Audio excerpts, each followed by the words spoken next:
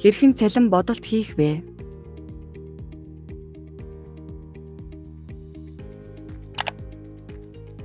Эхлээд бид хэрэглэгчийн эрхийн тохиргоог тохируулсан байх шаардлагатай.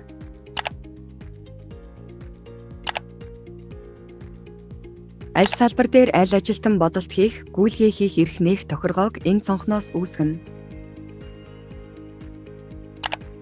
Эрхийн тохиргоог тааруулсны дараа хүний нөөцийн менежмент цонхны цалин цэснээс бүртгэл хэсгээс цалин бодолт гэдгийг дарж цонх нээгдэнэ. Загвар дээр урьдчилсан цалин сонгоно 2022 оны 7 дугаар сарын 1 гэдэг нь урьдчилсан цалин харуулж байгаа. Сонгосон салбар нэгжээс хамаарч ажилтнуудын жагсаалт мөрөөр цалингийн загвараас хамаарч цалингийн үзүүлэлтүүд багнаар харагдана.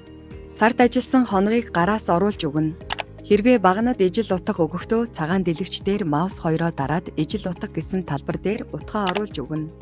Сарын ажлын фонд цагийг мөн гараас оруулж өгснөөр урьдчилгаа цалин автоматар бодогдно. Зарим ажилчид дээр урьдчилгаа цалин хоосон үед цонхны доод хэсэгт урьдчилсан цалин гэсэн багныг дарахад бодолтын томьёо харагдана. Үндсэн цалин нь тэг байгаа учраас бодолт нь хийгдээгүй. Оруулсан мэдээлэлээ шалгаад хадгалах товч дарна. Үүний дараа заавал цалингийн өндөрлөлт хийх шаардлагатай. Цалин цэснээс цалингийн өндөрлөлт нээхэд дараах цонх харагдана. Салбар нэгжээ сонгон баруунд орох булангийн дараагийн гэсэн товч дараад өндөрлөлт хийх товчийг мөн дарж өгнө.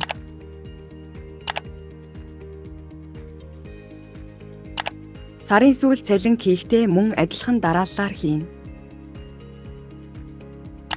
Салбар нэгжээ сонгохоор дараагийн тайланд үе нь автоматар үүсээд 2022 оны 7 дугаар сарын 2 гэдэг нь сарын сүүлийн цалин харуулна. Өмнө хийсэн адилхан алхмаар талбаруудад гараас оруулж өгнө.